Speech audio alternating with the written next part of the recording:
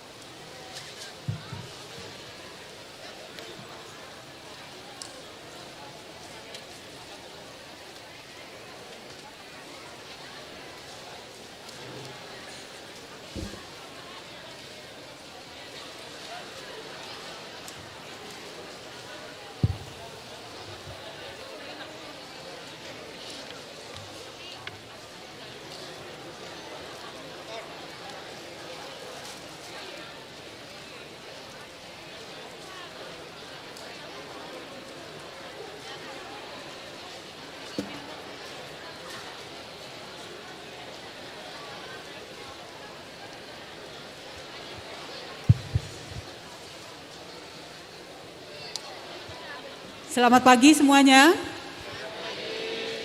Saya izin buka masker ya.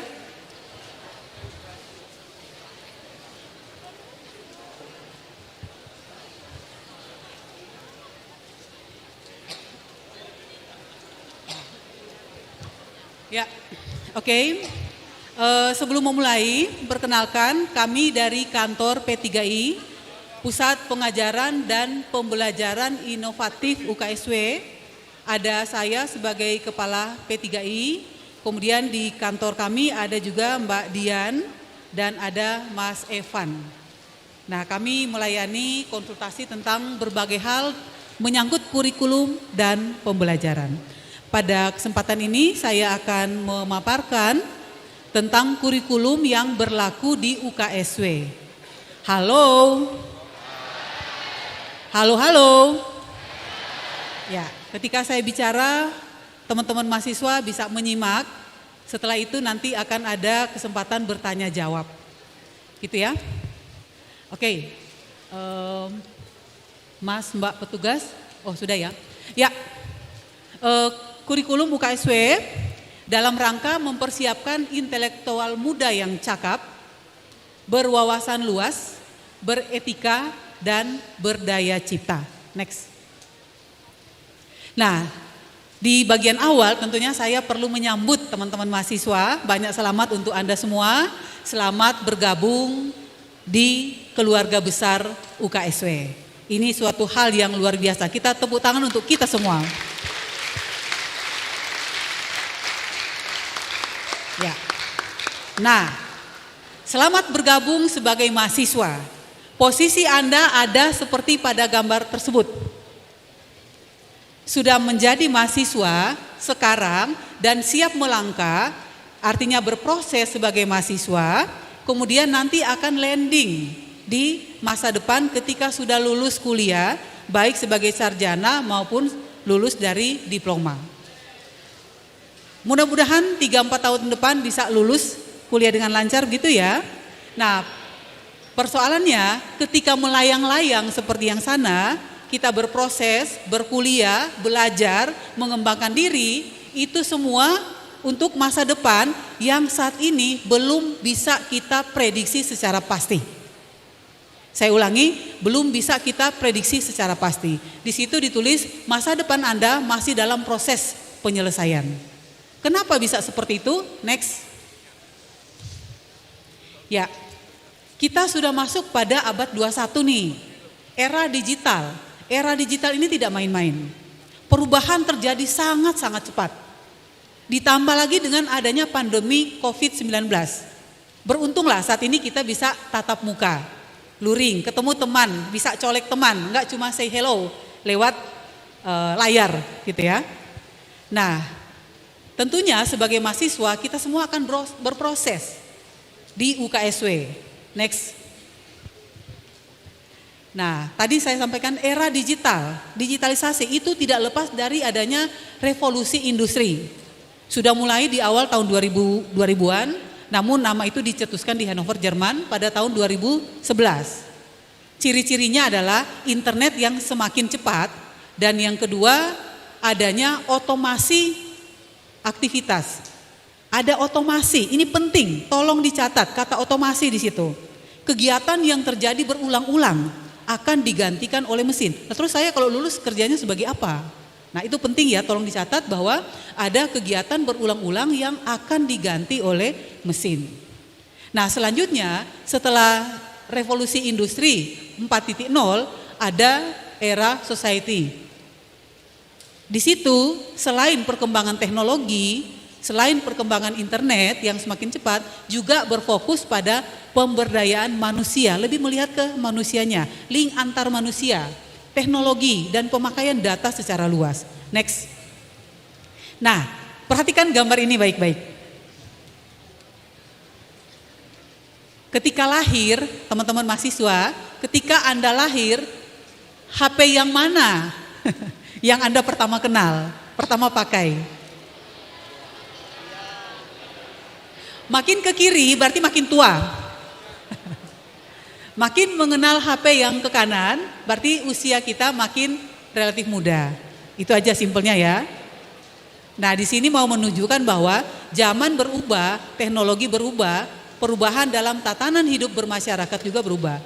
Dulu HP cuma buat calling-calling, WA belum ada.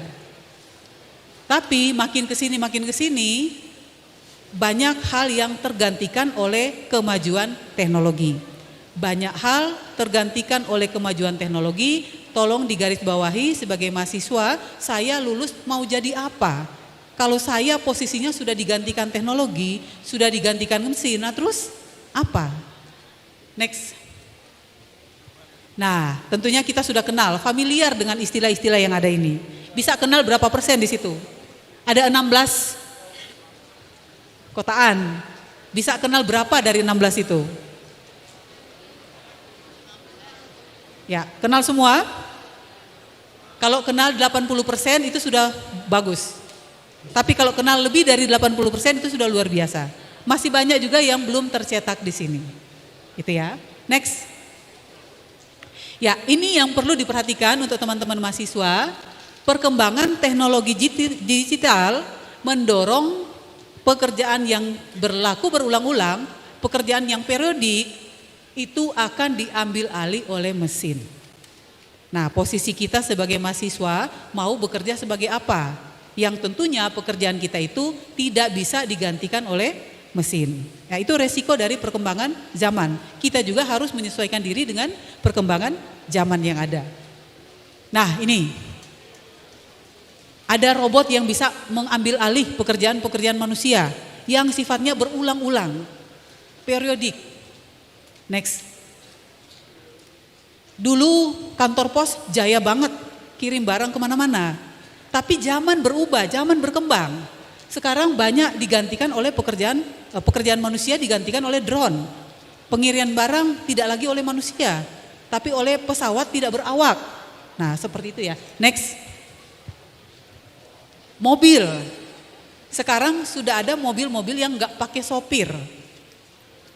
Jadi posisi mobil ini bergeser lagi, bukan sebagai alat yang kita setir-setir, tapi bisa juga menjadi tempat nongkrong sambil mobilnya itu bergerak.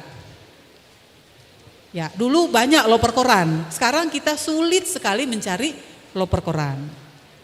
Nah, sekarang pemandangannya adalah orang-orang yang berdigitalisasi, termasuk juga dalam hal melakukan operasi pada bidang kesehatan. Banyak yang sudah mulai mengandalkan teknologi-teknologi canggih seperti ini.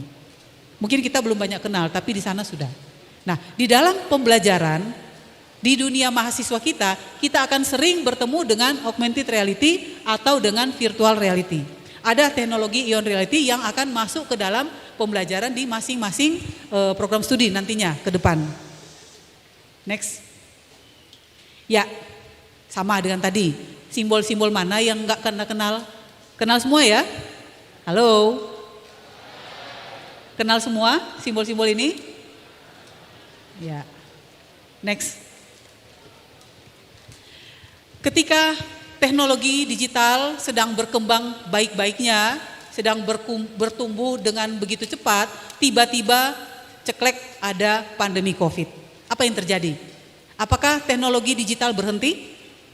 Apakah Anda berhenti? Tidak.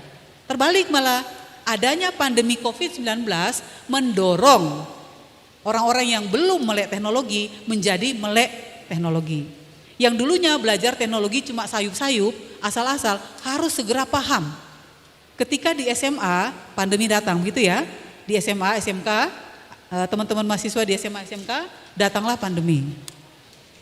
Nah ternyata membuat teman-teman mahasiswa lebih canggih dalam berinternet ria.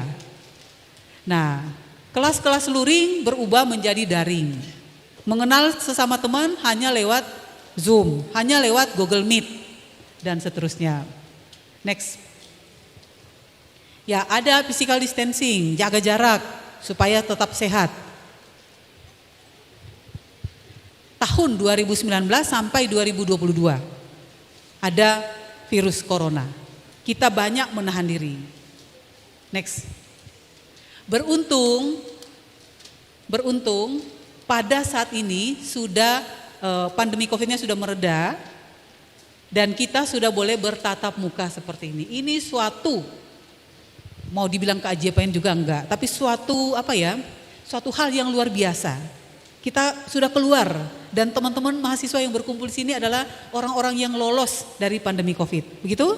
Tepuk tangan untuk kita semua. Sehat. Ya. Apakah era new normal sudah tiba? Nah, kenapa saya menggunakan kata new normal? New normal berarti ketika sudah tidak pandemi lagi, apakah kita akan kembali ke kebiasaan yang lama? Next. Kita akan kembali ke kebiasaan yang lama atau bagaimana? Lah ternyata kita diminta untuk meningkatkan daya imajinasi dan meningkatkan daya adaptasi dengan lingkungan sekitar. Nah itu adalah kekuatan sebagai seorang mahasiswa, punya ide-ide cemerlang, punya daya imajinasi yang tinggi. Nah dalam koridor seperti itu, mari kita lihat posisi kurikulum UKSW dalam rangka mempersiapkan teman-teman mahasiswa sebagai intelektual muda yang cakap, berwawasan luas, beretika dan berdaya cipta itu bagaimana. Next. Nah ini ya, filosofi awal seperti ini. Filosofi awal seperti ini bahwa lulusan yang cakap, berwawasan luas, beretika dan berdaya cipta itu ada banyak hal yang kita pertimbangkan sehingga tercetuslah lulusan kita adalah yang begini. Perlu digarisbawahi ada whole person education di sana. Jadi melatih Anda untuk punya life skill, daya tahan hidup yang luar biasa, menggugah rasa mandiri. Nah oleh karena itu kami merancang kurikulum yang bisa meningkatkan kompetensi teman-teman mahasiswa. Next. Ya inilah struktur kurikulum di UKSW. Ada 3 level. Yang paling bawah itu level dasar, foundation, general education ada di situ. Itu adanya di level universitas. Kemudian ada pillars dan kupola. Itu dibangun di atas foundation. Itu adanya di program studi masing-masing. Jadi saya ulangi, yang foundation itu kita berkuliah nantinya bersama teman-teman lintas prodi. Di dalam satu kelas ada berbagai mahasiswa dari berbagai prodi. Tapi kalau sudah masuk ke pillars dan kupola, maka kita kecenderungan hanya bertemu dengan teman-teman yang berada di satu program studi. Nah jadi seperti itu, filosofinya seperti ini. Diberikan dulu dasar yang kuat, foundation, diberikan dulu pemahaman, cara bermahasiswa itu bagaimana, untuk bisa jadi mahasiswa itu bagaimana. Next. Ya, foundation itu di level universitas akan membentuk watak teman-teman sebagai seorang yang bekerja keras, bisa tahan banting melalui beragam wawasan keilmuan. Jadi di situ ada banyak macam keilmuan, nanti ada di slide berikutnya. Jadi sekali lagi berbagai wawasan keilmuan dasar diletakkan pada foundation yang disiapkan mata kuliahnya secara universitas. Jadi punya kode mata kuliah yang berbeda. Nanti ketika masuk ke program studi, di situ ada pillars dan kupola, maka di situ mempersiapkan teman-teman mahasiswa sebagai seseorang yang mumpuni di keilmuan sesuai program studinya masing-masing. Gitu ya. Jadi ada dua level universitas, kemudian ada yang program studi. Nah, ini struktur kurikulum untuk S1. Diploma menyesuaikan total SKS-nya kurang lebih minimal 108 SKS. Kalau S1 minimal 144 SKS. Terdiri dari tadi ya, universitas itu ada foundation, program studi itu ada pillars dan ada kupola. Jadi pada level universitas ada mata kuliah yang wajib ditempuh mahasiswa sebanyak 28 SKS. Nah, sampai saat ini aturan mainnya seperti itu, 28 SKS. Setelah itu, mari kita menempuh mata kuliah di program studi 116 SKS, total general 144 SKS untuk S1. Kalau diploma diatur secara proporsional, totalnya 108 atau lebih dikit-dikit. Next. Nah, ini yang saya maksud tadi, di level universitas ada mata kuliah wajib aras universitas yang kita sebut MDU, mata kuliah MDU. Mata kuliah MDU berarti mata kuliah wajib, mata kuliah dasar wajib pada aras universitas. Apa saja mata kuliah itu? Mata kuliahnya terdiri dari dua bagian. Mata kuliah wajib negara 8 SKS dan mata kuliah wajib oleh universitas sebanyak 20 SKS. Nah, di bawahnya ada daftar. Yang wajib negara itu adalah pendidikan agama Kristen, Pancasila, kewarganegaraan, dan bahasa Indonesia. Masing-masing 2 SKS, sehingga totalnya 8 SKS. Bagian yang sebelah sana itu adalah wajib UKSW. Wajib UKSW, nah di situ ada kelompok mata kuliah. Artinya ada yang bisa kita pilih, tapi ada yang sifatnya harus itu saja yang diambil. Sekali lagi untuk wajib universitas ada 20 SKS. 20 SKS itu ada 29 mata kuliah yang kami siapkan. Silakan pilih dari 29 mata kuliah itu. Tapi memilihnya ada aturan main. Ambil satu mata kuliah pada kelompok kewirausahaan. Ambil satu mata kuliah pada kelompok filsafat. Ambil satu mata kuliah pada kelompok pengembangan diri. Ada banyak mata kuliah di situ, tapi hanya satu yang akan diakui. Dipilih satu. Belum. Balik ya. Ilmu sosial ambil satu. Matematika dan sains ambil satu. Seni dan bahasa, seni ambil satu, 2 SKS, bahasa ambil satu, 3 SKS. Next. Nah, ini tata cara kode untuk mata kuliah dasar aras universitas ya. Di program studi juga ada aturan main yang sama. Hanya bedanya kalau mata kuliah di level universitas, bagian depannya adalah DX. Kemudian diisi dengan angka, 3 digit, diakhiri dengan huruf lagi, A, B, C, D, E. Tapi hati-hati, yang kode Y, ekor kode Y itu adalah mata kuliah yang berbahasa Inggris. Misalnya pendidikan agama Kristen berbahasa Inggris. Ada pengantar sejarah berbahasa Inggris. Ada lagi mata kuliah misalnya aktivitas ekonomi disajikan dalam bahasa Inggris. Semua itu kasih kode Y. Nah, hati-hati dalam memilih kelas, pilihlah Y dengan kesadaran bahwa itu disajikan dalam bahasa Inggris. Next. Nah, ini tadi ya, dengan jadwal yang sudah ditentukan di situ, agama, kemudian Pancasila, kewarganegaraan bahasa Indonesia, ada kodenya, kemudian ada jadwalnya. Lihat di jadwal. Next. Nah, ini yang tadi saya sampaikan, di kewirausahaan ada satu mata kuliah, di filsafat ada satu mata kuliah, berarti wajib ditempuh. Kemudian yang lain tuh ada banyak mata kuliah, tapi dari kelompok itu ambil satu. Pengembangan diri ada 4 mata kuliah, kesehatan masyarakat, olahraga rekreasi, manajemen kepemimpinan, pengenalan, psikologi umum. Ada 4, ambil 1. Cara mengambilnya mana? Pilih sesuai hati nurani. Saya tuh cocoknya mata kuliah yang mana? Yang kedua, kelasnya tersedia atau tidak? Kalau kelasnya ada, ambil itu. Tapi kalau sudah penuh, silakan mengambil pilihan berikutnya. Misalnya penuh di bagian kesehatan masyarakat, ternyata yang masih tersedia adalah manajemen dan kepemimpinan. Ambillah yang tersedia kelasnya.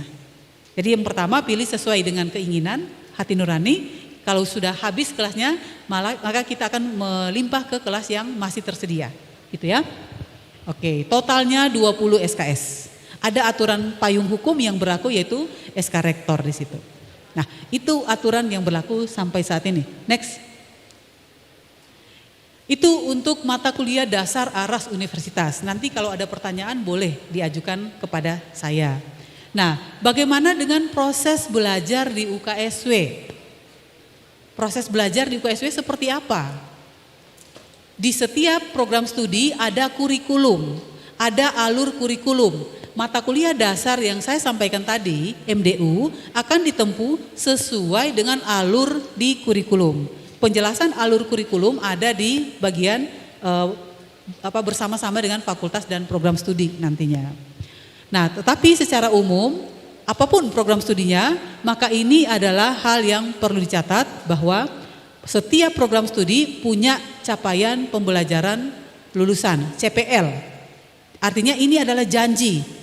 Nek teman-teman mahasiswa masuk ke program studi ini, maka janjinya akan punya kemampuan yang dirumuskan pada capaian pembelajaran lulusan. Kalau sudah lulus di situ berarti siap turun ke lanjut ke dunia kerja. Capaian pembelajaran lulusan ini dicapai melalui mata kuliah yang disiapkan oleh masing-masing program studi. Di dalam mata kuliah itu ada capaian pembelajaran setiap mata kuliah yang kalau digabungkan itulah capaian pembelajaran lulusan. Kompetensi yang harus dimiliki seseorang setelah lulus dari program studi itu berarti ada di CPL. Dalam berkuliah kita punya sistem yang namanya SKS.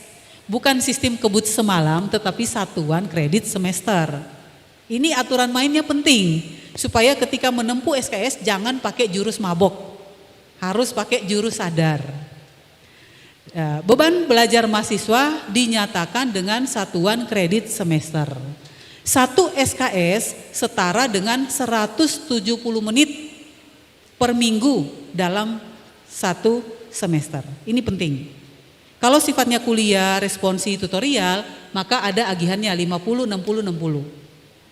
Tapi total generalnya sama dengan jenis kuliah yang lain, pembelajaran yang lain yaitu 170 menit. Ini penting, tolong berhitung. Berhitung dengan cermat supaya masih punya waktu untuk bermalam minggu. Masih punya waktu untuk berketemu teman-teman.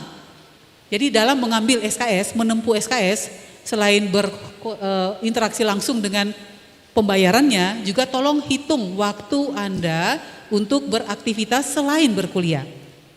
Next. Ya, contohnya seperti ini. Saya sebut aja Ani. Ani menempuh kuliah 14 SKS per semester. Artinya apa? Kalau 14 SKS berarti tadi ya, 1 SKS itu 170 menit. Berarti dia akan menempuh 14 kali 170 menit. Berapa jam itu? Ternyata per minggu dia harus mengagihkan waktu 39,6666 jam per minggu loh. Per minggu bukan per bulan, bukan per tahun. Per minggu. Itu untuk 14 SKS. Itu berarti dalam 1 minggu, kalau 1 minggu itu kita hanya bilang 5 hari, maka per hari harus belajar 10 jam. Itu 14 SKS. Jadi kalau ambil 20 SKS, hitung berapa jam harus belajar dalam 1 hari. Untuk 14 SKS hitungannya seperti ini. Berarti 10 jam per hari per minggu selama 1 semester. 1 semester itu 16 minggu. Nah, kalau belajar 10 jam per minggu, kurang lebih begini aturan main untuk belajar. Ini termasuk kita berkuliah di kelas ya, di kelas, di laboratorium, ataupun belajar mandiri di rumah, di perpustakaan dan sebagainya. Jadi kalau misalnya non-stop jam 7 sampai jam 11, 13 sampai 17, sambung lagi, ini baru dapat 10 jam. 14 SKS. Hitung, kalau misalnya ngambilnya 16 SKS, 18 SKS. Waktu untuk belajar lebih banyak pastinya. Nah, pikirkan sebagai seorang mahasiswa, Anda lagi senang-senangnya bersosialisasi, ini kesempatan bertemu teman-teman dari berbagai tempat, berkolaborasi dengan teman-teman dan mengembangkan diri, maka pikirkan tentang berapa banyak SKS yang harus ditempuh supaya seimbang antara perkembangan kognitif, perkembangan psikomotorik dan perkembangan sikap. Supaya benar-benar life skill Anda memang terjaga. Next. Ini saya mau katakan begini. Tahun 1769 mobil sudah ada tuh pakai mesin uap. Tahun 1879 mobil sudah pakai bensin. Kemudian 1900-an macam-macam model mobil muncul di situ dengan teknologi canggih. Sekarang sudah ada mobil dengan tanpa sopir, teknologi yang lebih canggih lagi. Mobil itu berubah dari tahun 1769 sampai sekarang. Nah, tapi kita lihat cara belajar zaman dulu dengan sekarang sama atau berbeda? Coba lihat cara duduknya. Masih sama toh, baris, gurunya di depan, dosennya di depan. Sama dengan sekarang, saya di depan, Anda berbaris semua ini. Tahun 1700-an seperti ini adanya. Bedanya nggak di BU, tapi di luar. Nah, apakah seperti itu yang kita harapkan? Mobil aja berubah, teknologi berubah, berkembang, zaman berubah. Cara belajar apakah masih sama? Tahun 1769 dengan sekarang tentunya harus berbeda. Oke, ya jadi catat ya, zaman bahula cara duduknya seperti ini. Ketika Aristoteles mengajar, cara duduknya seperti ini. Duduknya di batu, bukan di kursi-kursi. Oke, next. Nah, ditambah lagi bagaimana pembelajaran, proses belajar itu harus berubah, maka dari pemerintah meluncurkan yang namanya Merdeka Belajar Kampus Merdeka. Mahasiswa diberi kesempatan untuk belajar dengan merdeka, kampus merdeka.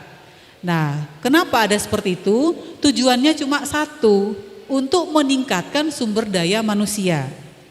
Supaya teman-teman mahasiswa punya kemampuan dasar. Syukur-syukur kalau lanjut. Kemudian ini ada daftar kompetensi yang wajib dimiliki seorang mahasiswa. Kapan ini dibentuk? Ya ketika Anda bermahasiswa. Dan ini adalah tuntutan untuk lulus nanti bisa bersaing di dunia kerja, bisa berkompetisi, maka kita punya apa? Kita punya A sampai R, di bawahnya lagi masih ada. Ya. Punya kemampuan berkomunikasi, bukan cuma asal ngomong, tapi bagaimana cara kita melontarkan ide-ide, gagasan-gagasan dalam berbagai bahasa yang bisa diterima. Kalau bahasa global, bahasa Inggris, mari belajar bahasa Inggris. Ya, dan mungkin lebih bagus kalau menguasai beberapa bahasa lain ya selain bahasa Inggris. Kolaborasi, ada seninya berkolaborasi, baik secara luring maupun secara daring. Creative thinking, jadilah orang yang kreatif. Kreatif itu amat-amat dekat dengan inovasi.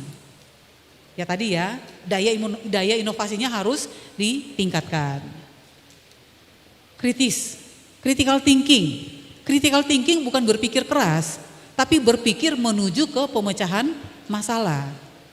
Jadi beri kontribusi supaya masalah ini terselesaikan.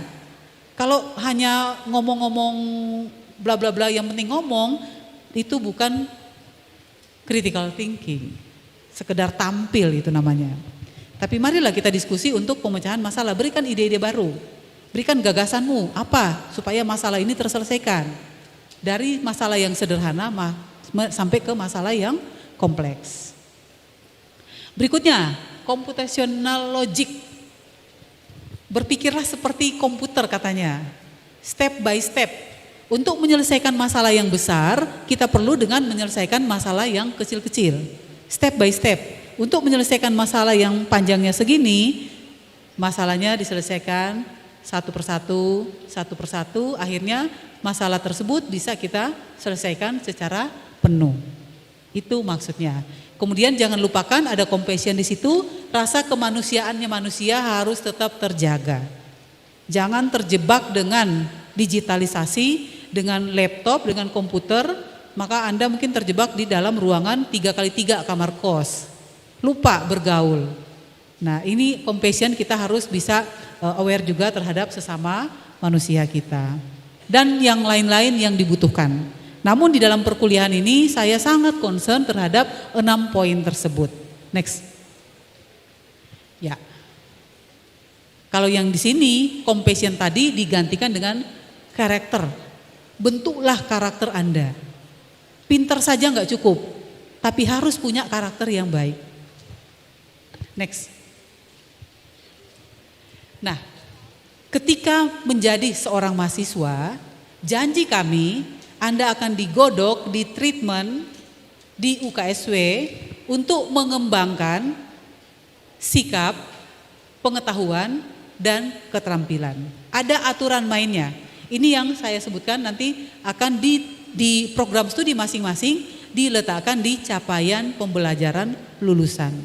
Ada sikap, pengetahuan, dan keterampilan. Ada aturan mainnya yang kita sebut KKNI yang dirumuskan dari pemerintah. Jadi nggak main-main. Minimalnya setara KKNI itu. Namun kita di UKSW ada satu lagi kelebihannya, yaitu kita ini adalah orang yang kreatif minority. Kita orang yang kreatif, meningkatkan daya imajinasi dan daya adaptasi. Itu hal yang luar biasa.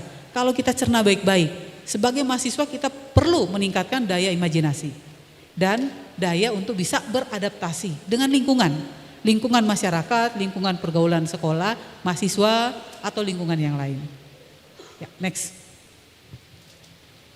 Nah, oleh karena itu, cara kita belajar, pembelajaran yang berlangsung di kuliah demi kuliah, lebih menekankan pada model-model pembelajaran seperti ini. Ceramah tetap ada. Pada bagian-bagian tertentu, ceramah itu penting. Namun di bagian-bagian yang lain, lebih kepada berbasis masalah, pembelajaran yang berbasis masalah atau berbasis project atau yang berbasis kasus atau case method. Nah, di dalam model-model pembelajaran ini Anda sebagai mahasiswa kompetensinya benar-benar dioptimalkan, didorong supaya maju, supaya berkembang sikap, pengetahuan, dan keterampilan. Semua ini sekali lagi lebih kepada mendorong mahasiswa untuk bisa beraktivitas lebih dan lebih. Kerja kelompok jangan dipandang sepele. Di dalam kerja kelompok kita lebih leluasa menuangkan ide-ide daripada berhadapan dengan dosen. Di dalam kerja kelompok kita belajar tentang cara berkolaborasi, cara menghargai orang lain, cara kita mengambil keputusan, dan seterusnya. Nah, itu bisa ditunjang, ditopang kalau ada model-model pembelajaran yang kita lakukan di dalam perkuliahan seperti ini. Ya, tentunya pelaksanaannya akan fleksibel sesuai dengan karakteristik dari setiap mata kuliah. Next. Ya, Merdeka Belajar, kampus Merdeka, MBKM. Merdeka Belajar, berarti kita bisa belajar di mana saja. Oke, next. Bisa belajar di mana saja, bisa belajar dari mana saja, enggak harus di ruang kuliah. Di tempat-tempat itu juga kita bisa belajar. Ya, kadang-kadang ada internet gratis di sana. Ya, kadang mahasiswa cari yang gratisan ya. Internetnya gratis tapi beli minumnya 100.000, sama saja. Ya, next. Ya, kapan saja. Sekarang belajar itu tidak dibatasi lagi di ruang kelas. Mau pagi, mau siang, mau malam, silakan atur waktu. Fleksibel.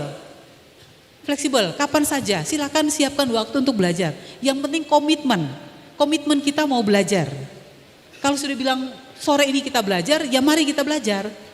Kalau ada teman ngajak, yuk kita pergi ke toko beli sesuatu. Enggak, saya harus belajar. Karena ini adalah jam yang saya tentukan untuk saya belajar. Ya, di mahasiswa sering terjadi. Pergi beli sabun, ikut teman. Pulang-pulang ada yang lupa beli sikat gigi, ikut lagi pergi beli sikat gigi.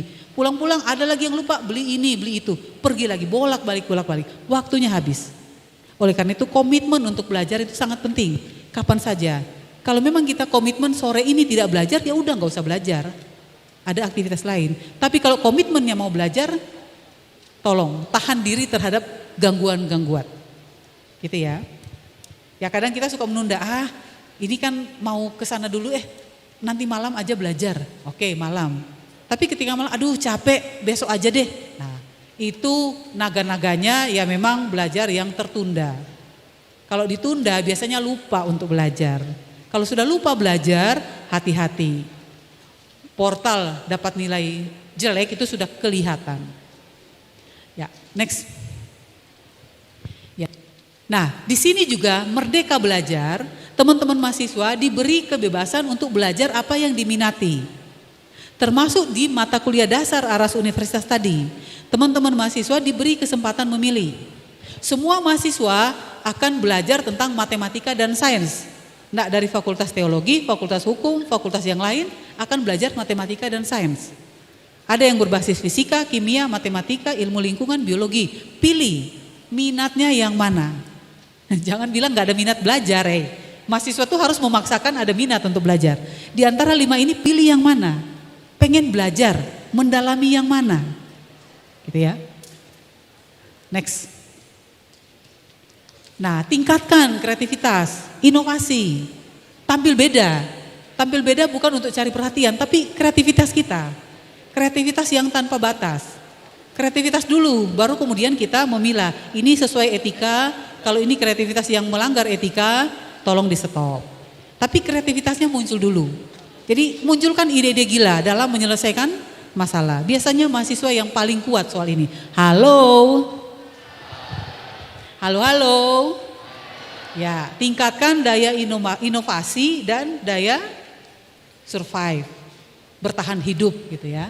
Melalui kreativitas dan inovasi. Tingkatkan. Next. Ya. Mengapa seperti itu yang didorong-dorong ke mahasiswa? Karena ini perguruan tinggi. Ini bukan lagi sekolah menengah atas, bukan lagi sekolah kejuruan, mengenal kejuruan ya. Tapi sudah perguruan tinggi. Sudah waktunya berubah. Kita masuk sekolah karena kesadaran. Kalau SMA itu wajib belajar namanya. Tapi kalau kuliah itu adalah kesadaran saya untuk berkembang. Mengembangkan diri melalui program studi yang sudah dipilih. Perguruan tinggi harus menjadi ujung tombak yang bergerak cepat. Siapa yang harus bergerak cepat? Ya dosen, ya mahasiswa. Mahasiswa harus diajak lari, tercepat dalam berinovasi. Harus diajak bisa beradaptasi. Harus diajak berubah dengan lincah. Jadi harus dinamis sifatnya. Dinamis. Karena apa? Karena kita mau melalui pembelajaran Anda sebagai seorang mahasiswa, ketika lulus nanti benar-benar berkontribusi pada peningkatan kualitas sumber daya manusia. Sejak mahasiswa sudah mulai menunjukkan ada peningkatan kualitas. Ketika lulus makin nampak kualitasnya dan akan diuji ketika masuk ke dunia kerja. Oleh karena itu sebagai seorang mahasiswa harus tercepat dalam berinovasi, harus punya daya adaptasi yang tinggi dan harus bisa bergerak, berubah dengan lincah, dinamis. Nah, semua itu next. Semua itu tentunya membutuhkan yang namanya kemandirian. Mandiri. Masa depanmu ditentukan oleh dirimu sendiri, bukan oleh tetangga. Toh yang menjalani diri sendiri. Jadi kemandirian, kesadaran diri itu sangat penting. Pemerintah juga sudah meluncurkan MBKM, Kampus Merdeka, ya, Merdeka Belajar Kampus Merdeka, MBKM. Nah, ini hal yang menggembirakan bagi mahasiswa, hal yang menggembirakan bagi mahasiswa, saya ulangi. Kenapa?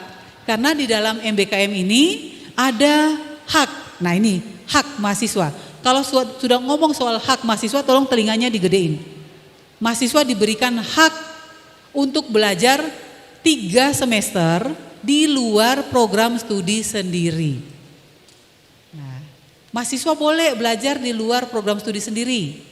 Pergilah menimba ilmu ke luar negeri. Pergilah menimba ilmu ke luar UKSW di universitas lain yang Anda pilih, yang tentunya menerima Anda. Pergilah belajar ke perusahaan A, perusahaan B, diberi kesempatan tuh belajar tuh di luar kampus sendiri. 3 semester. Hak mahasiswa. Kalau sudah ngomong soal hak, ini berarti apa? Boleh diambil, boleh tidak. Tapi namanya hak, mendingan diambil.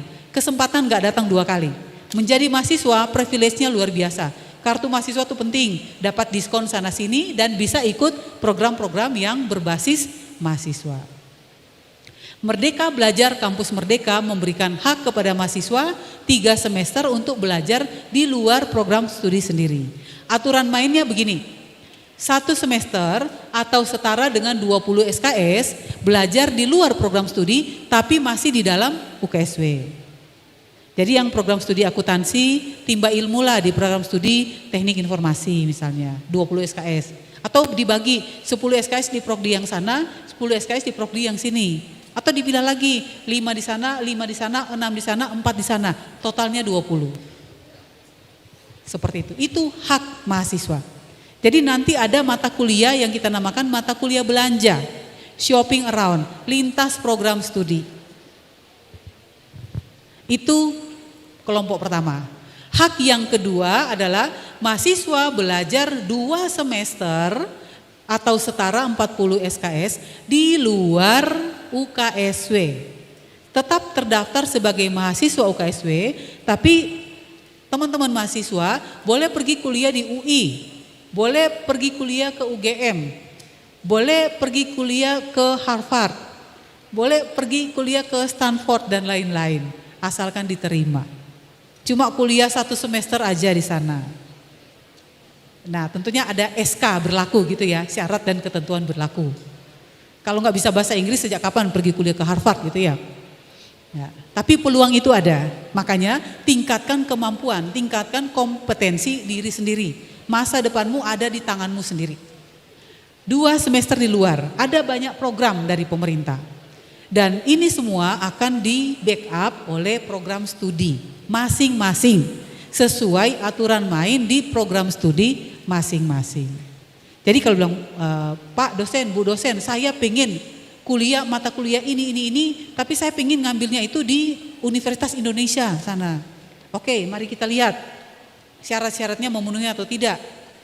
Ya kalau syaratnya dipenuhi, mari berangkat, mendaftar dulu. Berlomba, berkompetisi dengan orang-orang lain, mahasiswa lain, se-Indonesia atau se-dunia. Kalau keterima berangkat. Ada aturan main juga yang harus dipenuhi. Syarat administrasinya ada, nanti diatur kemudian. Next. Nah ini adalah contoh program-program yang bisa kita ambil di luar UKSW. Sekali lagi, berkuliah 2 semester di luar UKSW, ada 8 program. Di 8 program ini ada anakan subprogram. Contoh yang pertama namanya pertukaran pelajar. Itu ada program pertukaran mahasiswa merdeka. Jadi program pertukaran mahasiswa PMM. Pertukaran mahasiswa merdeka berarti mahasiswa UKSW pergi duduk manis, pergi berkuliah di universitas lain. Mau di mana? Ada yang di luar negeri. 1 paket di Prancis ada, di Jerman juga ada, di Jepang juga ada. Syaratnya itu tadi, lulus. Karena ini seleksinya lumayan ketat. Ada juga pertukaran pelajar di dalam negeri. 1 paket nih, jadi 1 semester ini nanti saya mau kuliahnya di Udayana, dekat dengan Kuta. Nah boleh juga. Seperti itu, 1 paket ini, 1 semester tuh nggak di Salatiga. Terus kos-kosan saya apa kabar? Ya dipikirkan kemudian, pikirkan baik-baik. Pergi kuliah berarti tinggal di sana karena luring kan. Kalau luring tinggallah di universitas sana 1 semester. Kalau daring kita bisa atur online-nya kapan. Magang, praktik kerja. Magang bersertifikat. Pergilah ke perusahaan A, perusahaan B sesuai dengan program studinya masing-masing. Pergi ke Microsoft. Pergilah ke IBM sana. Pergilah ke Astra dan perusahaan-perusahaan lainnya. Ada mitra-mitra di situ yang menawarkan diri, mari mahasiswa datang belajar ke kami. Diakui secara SKS. Jadi 4-40 SKS ya. Mengajar di sekolah. Mahasiswa mengajar. Jadi mahasiswa mengajar itu berarti mahasiswa pergilah mengajar ke SMP, SD atau SMA. Membantu berkolaborasi dengan guru di sekolah-sekolah. Diakui secara SKS. Bisa bikin penelitian atau riset. Bisa proyek kemanusiaan, yang kemarin itu banyak yang melakukan proyek kemanusiaan. Mahasiswa pergi membantu karena ada pandemi COVID ya, membantu wilayah-wilayah tertentu. Dapat SKS, Jadi SKS yang tidak perlu ditempuh dengan kuliah, tapi dengan aktivitas salah satu dari sini. Kegiatan wirausaha, ada juga itu. Mendampingi UKMK, usaha kecil dan mikro misalnya, ada. Ada juga studi atau proyek independen. Ada juga membangun desa atau KKN tematik. Semua ini tentunya ada dosen pendampingnya. Kalau pertukaran pelajar, dosen pendamping otomatis dosen yang mengajar di sono, di Universitas Sono itu sebagai dosen pendamping. Tapi di dalam UKSW sendiri pasti ada dosen pendampingnya. Kalau program-program yang lain, dosen pendamping bisa ditentukan dari UKSW sendiri, bisa juga dari luar UKSW. Nah, seperti itu. Terakhir ada juga program bela negara, tapi ini masih belum di launching besar-besaran, masih terbatas. Nah, ini adalah Merdeka Belajar, kampus merdeka. Kebebasan hak mahasiswa untuk belajar di luar UKSW. Kalau ingin ikut salah satu dari program ini atau salah dua atau salah tiga, koordinasi, ngomong-ngomonglah dengan wali studi, pembimbing akademik. Melaporlah ke Kaprokdi, ketua program studi masing-masing. Karena mahasiswa nggak bisa jalan sendiri. Harus ada aturan mainnya, melapor ke wali studi. Pak, Bu, saya ingin ikut program ini. Bagaimana dengan rencana studi saya? Saya ingin rencana studi saya begini. Diskusikan dengan wali studi. Atau diskusikan dengan ketua program studi. Jadi sekali lagi ini adalah hak mahasiswa. Kapan saya bisa ikut ini? Semester 1 boleh enggak? Ya enggak boleh. Belum kok sudah mau ikut ini. Dibekali dulu sebagai mahasiswa. Biasanya tahun ketiga. Jadi sudah masuk ke semester ke-5. Kalau kita satu tahun kan 3 termin ya. Semester ganjil, antara dan genap. Jadi ketika mau masuk tahun ketiga, biasanya itu yang paling ideal. Nah, konsekuensinya mungkin Anda tidak akan lulus kurang dari 4 tahun. Yaitu pertukaran yang dipikirkan, saya dapat pengalaman ini dengan lulus yang cepat, boleh enggak? Mana yang saya pilih? Karena pasti mahasiswa juga punya pertimbangannya sendiri-sendiri. Kalau saya pribadi disuruh memilih, saya mau ikut semua itu. Kenapa? Pengalaman yang luar biasa. Dan biasanya juga ada sponsorshipnya. Dibiayai oleh pemerintah, dibiayai oleh sponsor-sponsor yang bekerja sama dengan UKSW maupun yang bekerja sama dengan pemerintah. Banyak fasilitas di sana. Jadi kalau menunda lulus, saya lulusnya 4 tahun gak apa-apa, tapi ikut program ini, mari ambil. Saya lulusnya mungkin ketambah 1 semester, soalnya saya mau kuliah tuh di Boston itu 1 semester, gak apa-apa. Ini kan suatu privilege bagi mahasiswa kan. Menambah sedikit pengalaman belajar, tapi Anda mendapat hal yang luar biasa. Next. Ketika mengikuti yang namanya MBKM yang tadi, 8 program, mau kemana, mau yang pertukaran pelajar, studi independen, mengajar di sekolah atau apapun, maka ini ada aturan main untuk transfer kredit.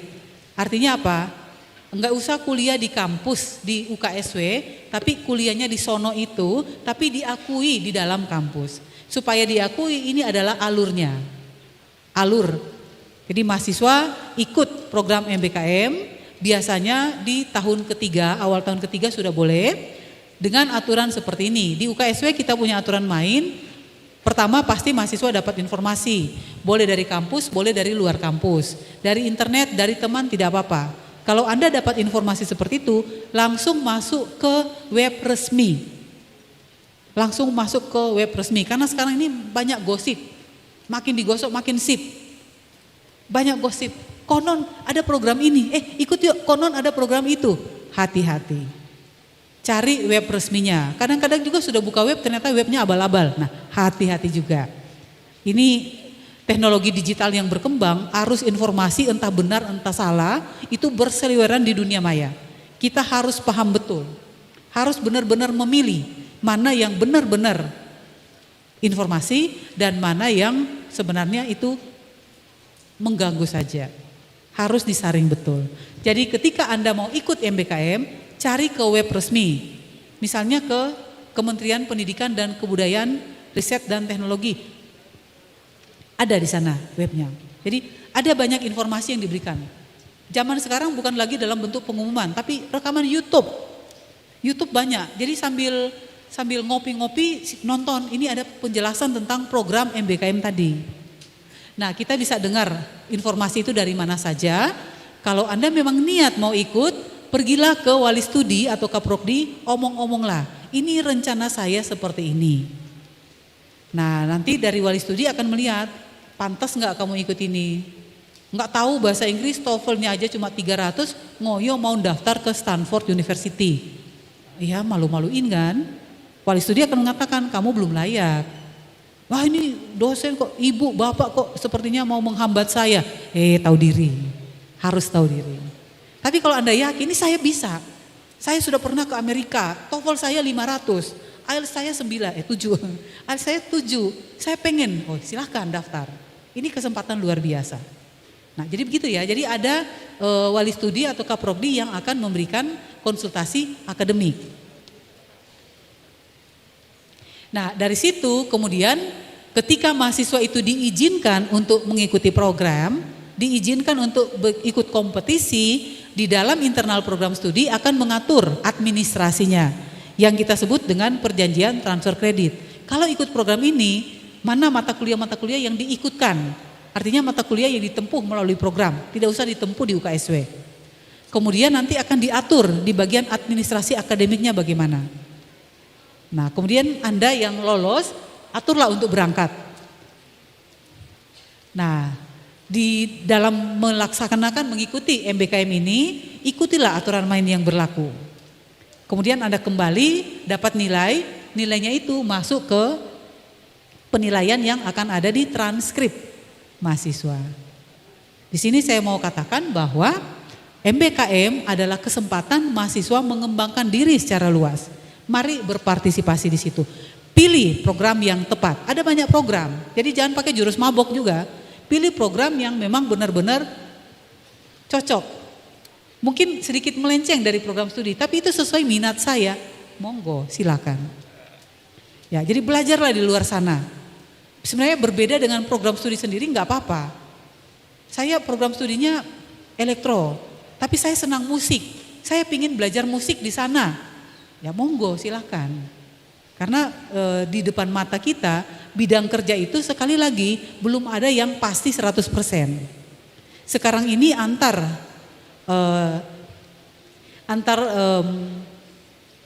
subjek-subjek keilmuan itu makin banyak yang beririsan. Jadi kalau Anda punya beberapa minat, beberapa keahlian, kita dorong untuk berkembang. Oke, next. Nah, konon sekarang kita new normal. Kenapa new normal? Setelah tidak bisa bertemu sekian tahun, akhirnya bisa bertatap muka. Luar biasa. Senang melihat mahasiswa lagi. Saya selalu melihat mahasiswa hanya di layar monitor. Nah, sekarang melihat sendiri, ya mahasiswa ternyata seperti ini ya. Oke, ya semangat untuk kita semua ya. Tepuk tangan untuk new normal dulu.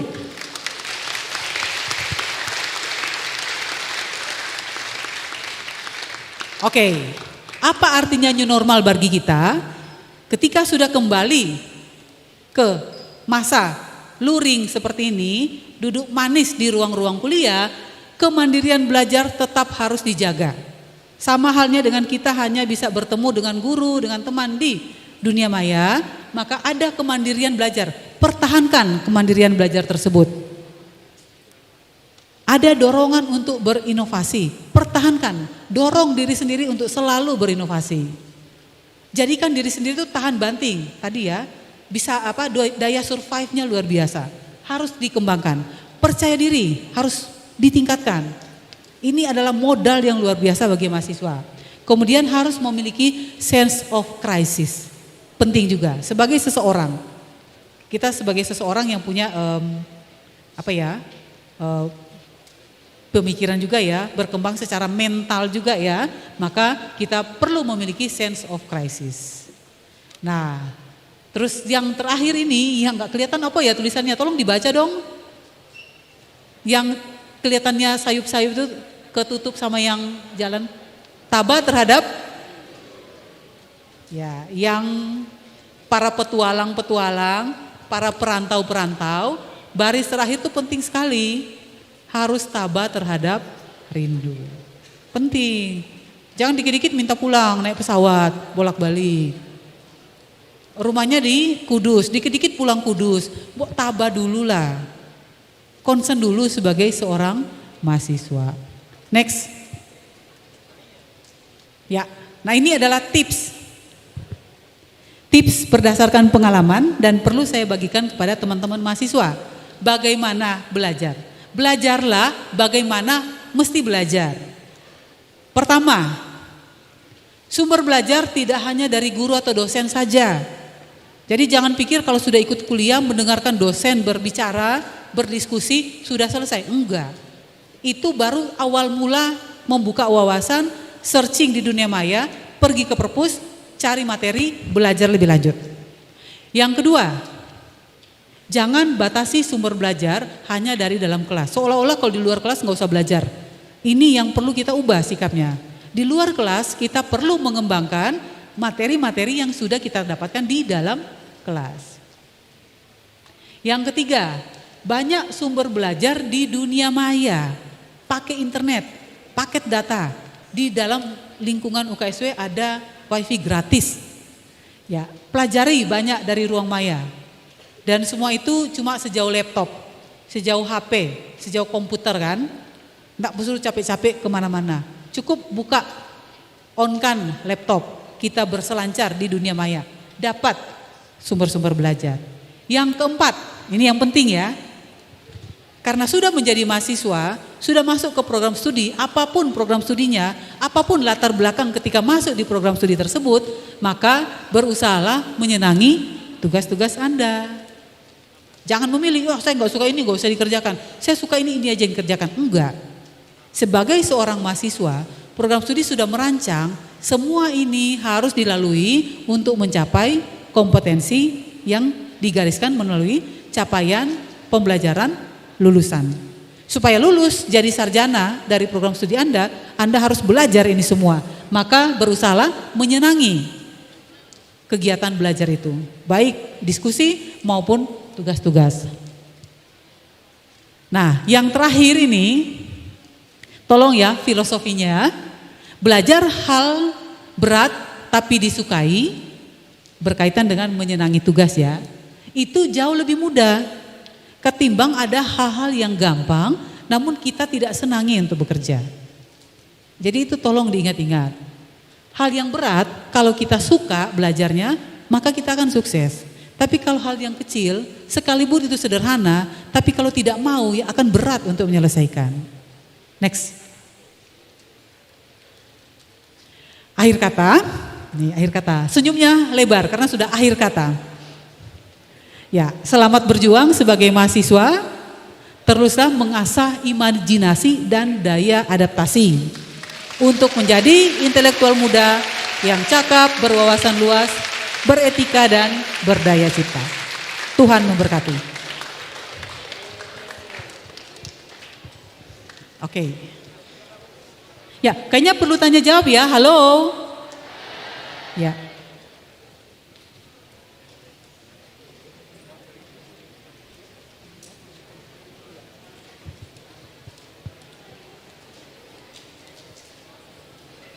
Tepuk tangan sekali lagi. Ya, semangat menjadi mahasiswa UKSW. Baik teman-teman, kita sekarang akan memasuki sesi tanya jawab. Bagi teman-teman yang akan bertanya, akan diambil satu dari lantai bawah, satu dari lantai atas, dan satu dari online. Silakan teman-teman yang mau bertanya, silakan mengangkat tangannya. Oke, ada satu di atas, mas-mas yang apa itu? Yang agak gondrong ya, di Ya. samping mas-mas pirang satu. Yang ada di lantai bawah yang pertama kali mengangkat tangan ada di depan sini. Silakan berdiri. Oke. Kayaknya rame ini Bu, pertanyaannya agak banyak gitu ya. Ya, nanti kalau masih ada sisa waktu, iya, satu putaran, satu pertanyaan. Silakan, mungkin yang ada di bawah dulu bisa menghampiri mikrofon terdekat.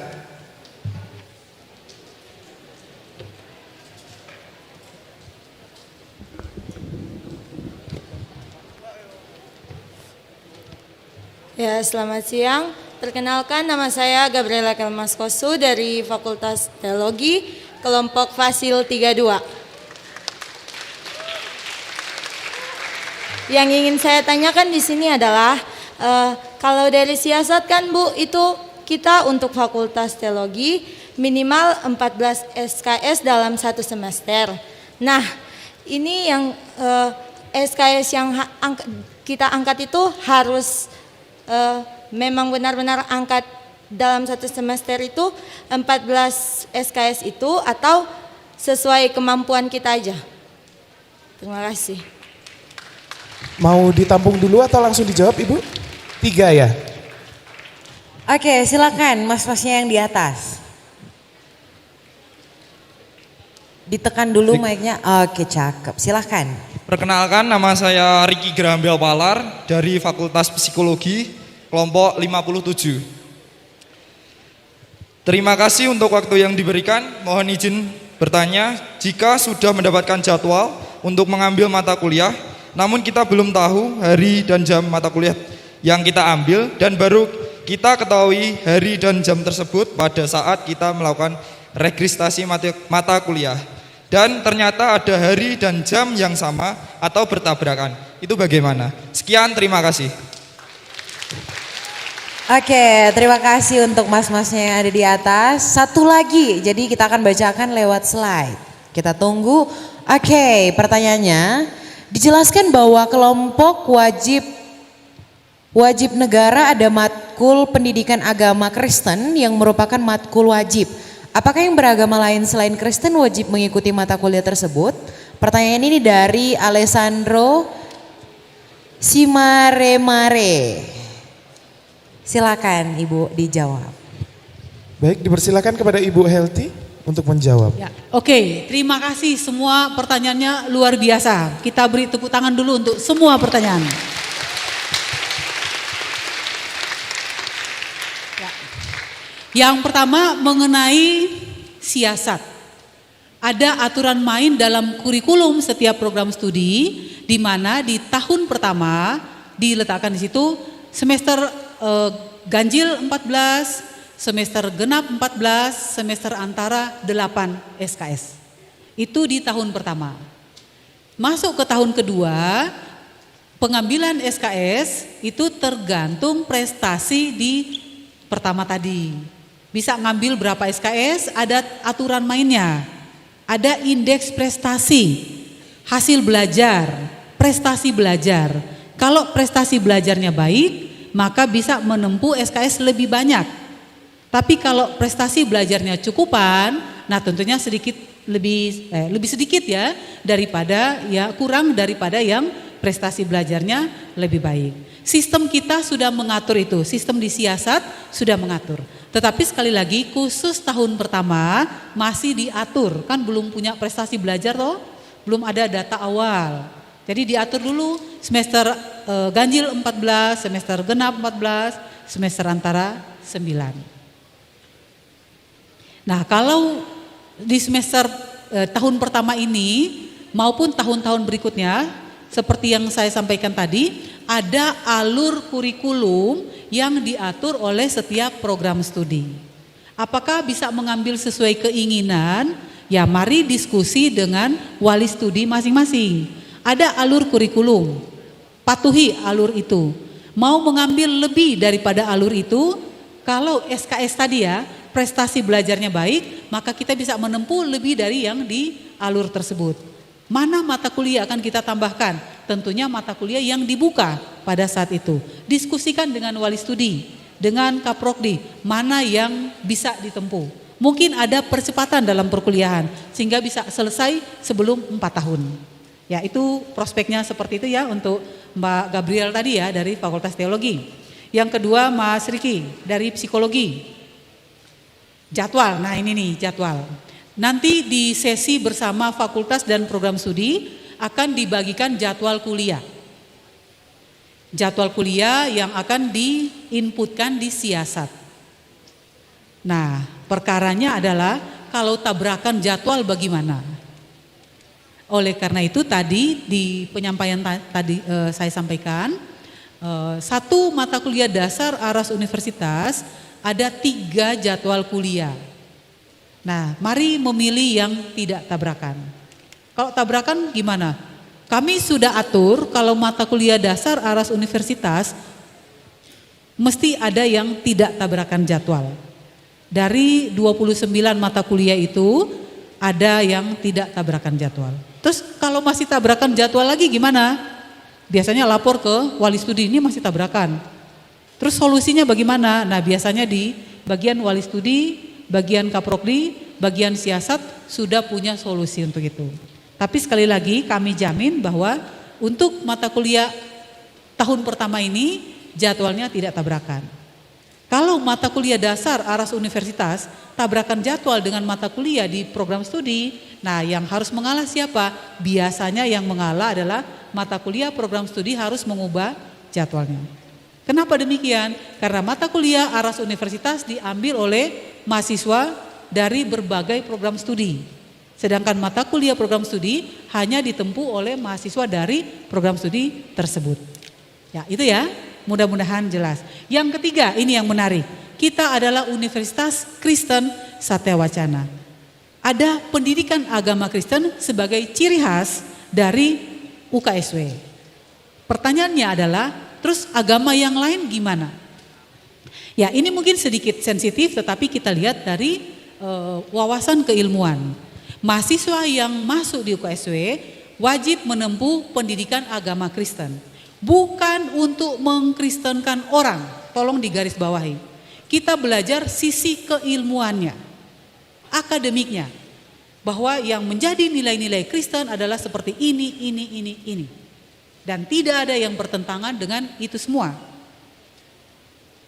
Jadi kita menempuh seperti itu. Nah, maka Anda teman-teman mahasiswa dari agama yang berbeda punya nilai plus di sini. Karena apa? Mendalami agama masing-masing dengan perkumpulan agamanya masing-masing, ditambah mendalami agama Kristen di sini. Agama Kristen didalami dari sisi keilmuannya, akademiknya. Gitu ya. Mengenai nilai, tidak selalu yang beragama Kristen lebih tinggi nilainya dari yang beragama bukan Kristen. Saya dulu kuliah di UKSW seperti itu. Teman saya yang beragama Kristen, dari sisi keilmuan akademik agama Kristen dia dapat nilai ada yang kurang daripada teman-teman kami yang agamanya non-Kristen. Jadi di sini fair aja, kita belajar dari sisi keilmuan. Gitu ya teman-teman mahasiswa. Ya, tepuk tangan semua dulu. Ya. Baik, karena masih ada waktu lagi, kita akan membuka satu termin untuk pertanyaan. Satu termin pertanyaan sebanyak 3 penanya seperti yang sebelumnya. Silakan untuk yang di bawah dan yang di atas dan juga di pertanyaan online. Silakan untuk yang mau bertanya di bawah tadi mungkin di sebelah sini ada yang mau bertanya. Oke, silahkan. Oh, ya. Lalu sebelah sini karena terpantau di atas belum ada ya. Nanti berarti kita pindah ke mas-mas yang samping sini. Oke, dipersilakan. Baik, terima kasih atas kesempatan yang diberikan. Saya Natania Joseph, Fakultas Teknologi Informasi, Program Studi Desain Komunikasi Visual. Saya mau bertanya, sebelumnya sempat disebutkan bahwa untuk kerja nanti skill yang diperlukan adalah creative thinking dan pola pikir kritis. Nah, saya mau bertanya, sebagai creative minority, bagaimana cara kita mengembangkan pola berpikir kreatif dan kritis untuk menemukan solusi yang ada, untuk menemukan solusi dari permasalahan yang ada, baik di dalam universitas ataupun di luar universitas. Terima kasih. Oke, terima kasih. Silakan dilanjutkan dengan penanya kedua. Di sayap sebelah kanan saya. Tadi mas-masnya udah berdiri, udah duduk lagi. Oh, sorry. Oke, silakan. Ya, salam kenal, saya Daya dari kelompok Fasil 8. Saya mau bertanya, itu tadi untuk yang kalau kesempatan untuk kuliah luar UKSW. Mohon maaf Kak, boleh dekatkan iya. sumber suara dengan Iya. mic-nya biar kita bisa mendengar dengan lebih jelas. Dipersilakan. Oh iya, Saya mau bertanya untuk tadi yang kesempatan kuliah luar UKSW, terutama untuk seperti yang pertukaran pelajar. Nah itu apa tuh? Apakah biaya hidupnya itu masih bisa dapat akomodasi dari UKSW atau harus ditanggung sendiri ya? Dan yang kedua, nah untuk yang program-program tadi itu kan kita bisa mengambil SKS yang dari luar UKSW. Itu nanti biaya SKS-nya itu jadi terpotong atau tidak kah? Sekian, terima kasih. Oke, baik, terima kasih. Ada satu Baik, kita juga akan membacakan pertanyaan yang ada di slide. Pertanyaannya adalah mana yang lebih baik, SKS dikebut sehingga kuliah menjadi 3,5 tahun saja atau kuliah dengan normal selama 4 tahun. Pertanyaan dari Joshua dari Fakultas Teknologi Informasi. Dipersilahkan kepada Ibu Helti untuk menjawab. Ya, terima kasih untuk pertanyaan putaran kedua. Ada Joshua, Natania, dan Dayat. Luar biasa. Berarti ini kalau kita buka sampai jam 12 masih bisa ya? Oke, sudah dihapus ya. Mau 3,5 tahun atau mau 4 tahun? Terus saya tanya lagi, kenapa nggak 5 tahun? Ya, itu kembali ke diri sendiri. Kalau misalnya ini contoh ya, contoh kasus dari orang yang tidak mampu atau dari yang sudah pekerjaannya sudah menunggu nih, atau mungkin sudah kebelet punya acara ini. Ya.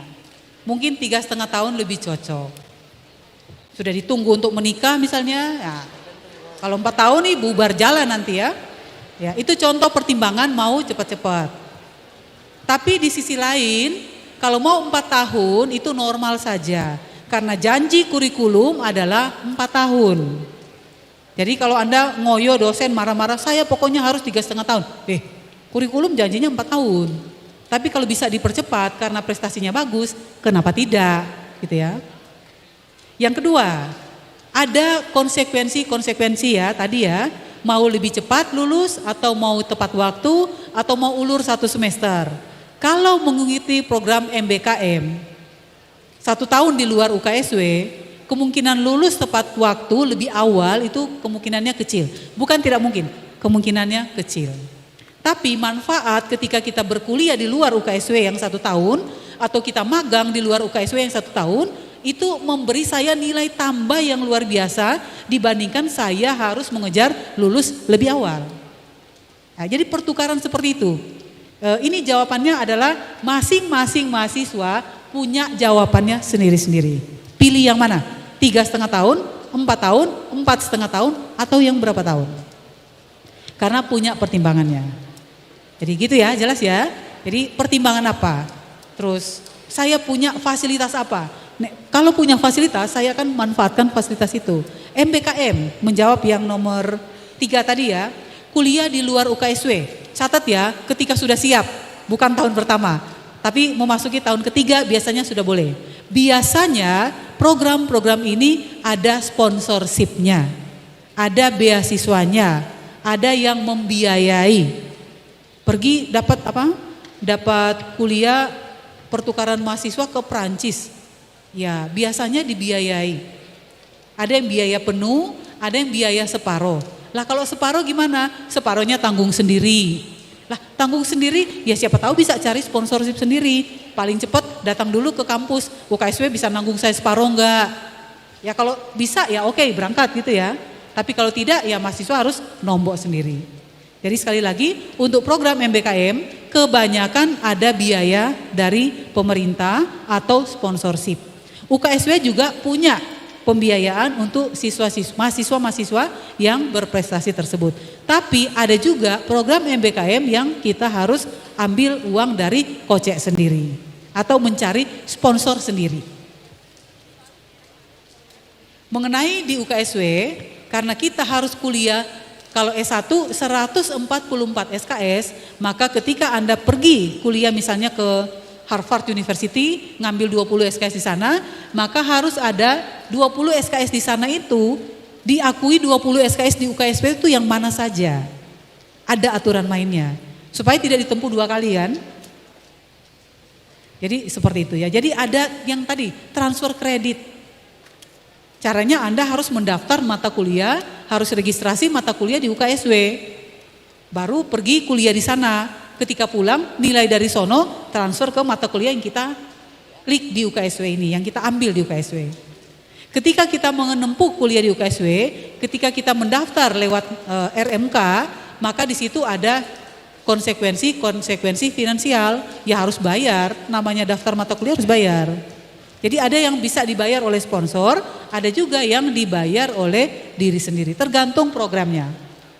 Contoh yang kampus mengajar, kemitraan, teman-teman mahasiswa yang angkatan kedua atau angkatan ketiga akan berangkat ke Kabupaten Kupang untuk mengajar di sekolah-sekolah di sana. Mereka dapat bantuan uang kuliah sejumlah tertentu. Nah, itu bisa dipakai untuk membayar yang di sini kita harus klik sejumlah SKS yang kita tempuh. Itu contohnya ya. Yang berikutnya dari Natania, creative thinking, pola pikir kritis, kolaborasi juga, komunikasi juga, keterampilan komunikasi, computational logic juga, karakter building juga, atau compassion juga. Semua itu ada di dalam rangkaian mata kuliah. Pemecahan masalah itu yang mana? Dari yang sepele sampai yang luar biasa. Kalau di rumah biasa saya masak nasi pakai rice cooker. Dilala rice cooker saya mati. Uang untuk beli nasi nggak ada. Jadinya gimana? Masa saya nggak makan? Ya pakai kompor gas. Masak di panci, di tanah gitu toh. Karena untuk menyelesaikan masalah. Di sini mungkin nggak terlalu terasa. Tapi teman-teman kita yang bertugas ke luar pulau, di mana listriknya pas-pasan, kalau listriknya mati masa nggak makan? Ya mereka masak pakai kompor, pakai api. Masak di dandang. Nah itu contoh bagaimana kita memperoleh pengalaman dalam menyelesaikan masalah. Berpikir kritis. Hal yang sepele seperti itu. Di dalam setiap mata kuliah kita juga diajak untuk berpikir kritis. Menyelesaikan masalah-masalah yang terkait dengan konten materi pembelajaran. Ya, jadi creative thinking seperti itu. Banyak hal yang mahasiswa sendiri tidak menyadari kalau itu dia sementara ber-creative thinking, ber-critical thinking. Tidak menyadari tapi sudah masuk ke situ. Itu paling sering terjadi. Nah, memutuskan juga, ini saya ikut teman beli sabun atau saya tinggal di rumah belajar ya. Itu juga berpikir kritisnya juga ada di situ. Berpikir untuk penyelesaian masalah juga ada di situ. Anda siap nggak dengan konsekuensi dari setiap hasil dari solusi yang diterima? Kalau ikut teman pergi belanja, maka saya kehilangan waktu untuk belajar. Kalau saya belajar di kamar, kemungkinan besar teman saya itu akan cemberut kepada saya. Konsekuensinya harus diterima. Akibat dari kita punya keputusan sendiri. Oke gitu ya. Saya kembalikan kepada dua teman kita yang di depan.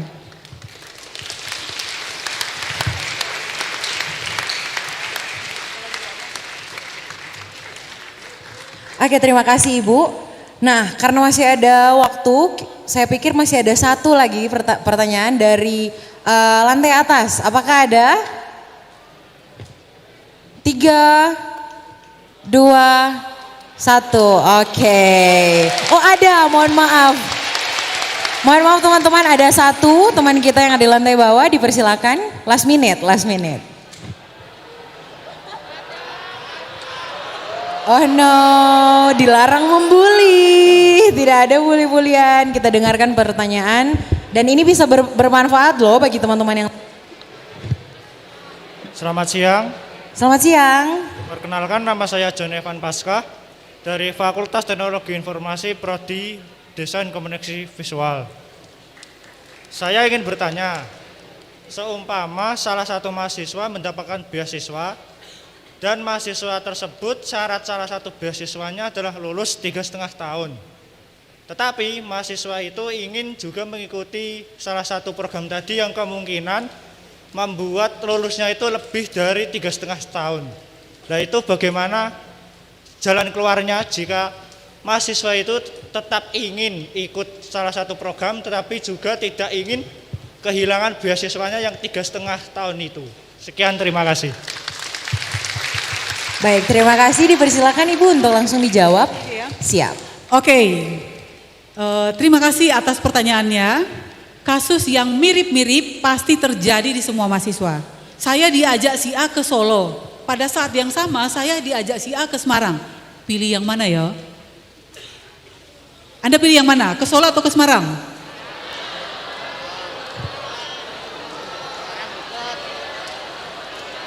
Stop. Pilih yang mana? 3,5 tahun atau yang 4 tahun? Tergantung.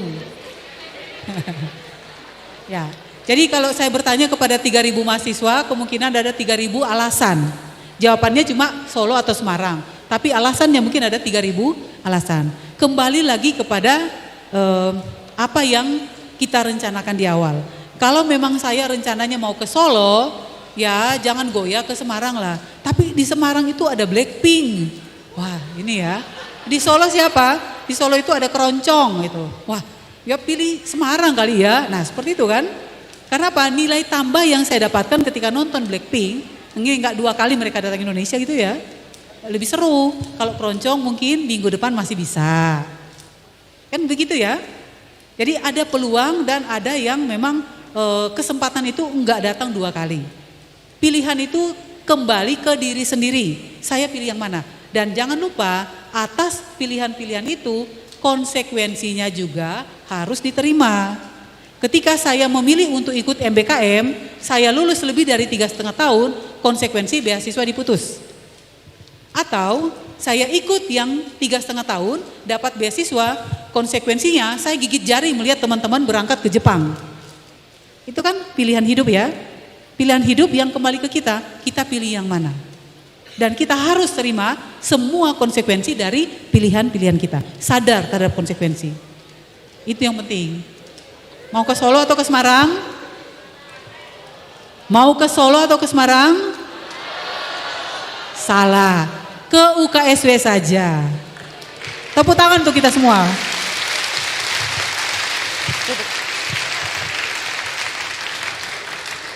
Baik, dengan ini sudah disampaikan materi mengenai kurikulum MBKM dan juga MDU yang sudah disampaikan oleh Ibu Dr. Helty Ligia Mampau MSI. Sekali lagi kita berikan tepuk tangan untuk Ibu Helty.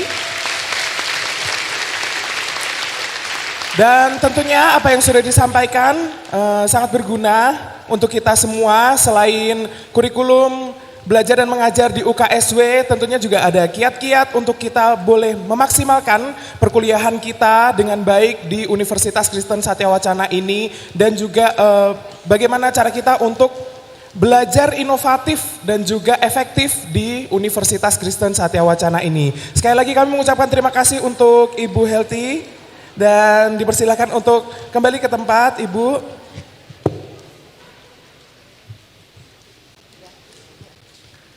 Kita sekali lagi berikan tepuk tangan untuk Ibu Helty.